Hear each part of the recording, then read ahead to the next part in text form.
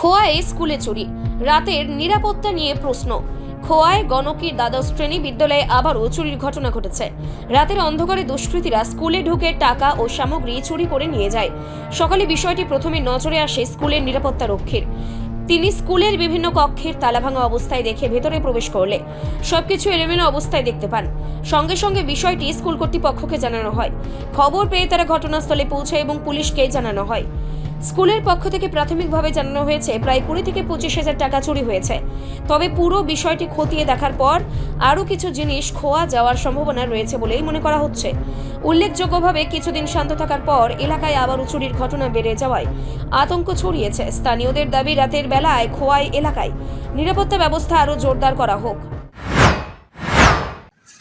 হঠাৎ আজকে সকালে আমরা খবর পাইছি যে আমাদের স্কুল গলকি ক্লাস স্কুল, তো এখানে তালা ভাঙ্গা ছিল। যখন তালা ভাঙ্গা ছিল তখন আমাদের নাইট গার্ড উনি প্রথম ঢুকছে। ঢুকে আমি বলেছিলাম যে তাদেরকে দেখার জন্য যে কি হয়েছে। তখন দেখে আমাকে বলল যে সব রুমের তালা ভাঙ্গা। তখন ওনাকে বলেছি ঠিক আছে আমি আসছি, আপনি থাকুন, আর আমি থানাতেও ইনফর্ম করছি। তো যথারীতি থানাতে ইনফর্ম করেছি। তো থানা থেকে স্যার তারা এসেছেন এখন।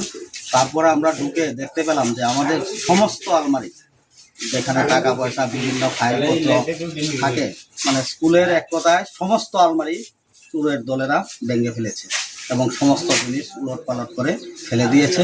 কিন্তু এখন পর্যন্ত আমরা নির্ধারিত করতে পারিনি যে কি চুরি হয়েছে। তো আমরা বাকিগুলি দেখলে আমরা বলতে পারবো যে কি চুরি হয়েছে। তবে কিছু অ্যাডমিশনের আমাদের টাকা ছিল, এইগুলি সম্ভবত নিয়ে গেছে। অনুমানিক কত টাকা হবে? অনুমানিক 20-25 হাজার হতে পারে, কারণ অ্যাডমিশন তো মাত্র শুরু হয়েছে। আর আমরা কিছু জিনিসপত্র দেখেছি আলমারি থেকে সমস্ত কিছু বের করে নিচে ফেলে রেখেছে। কি মনে হয় কি কারণে চুরি হতে পারে?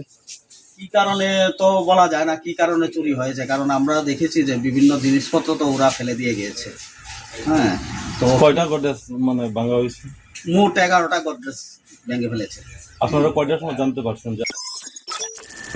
রিপোর্ট সংবাদ প্রতীক্ষা।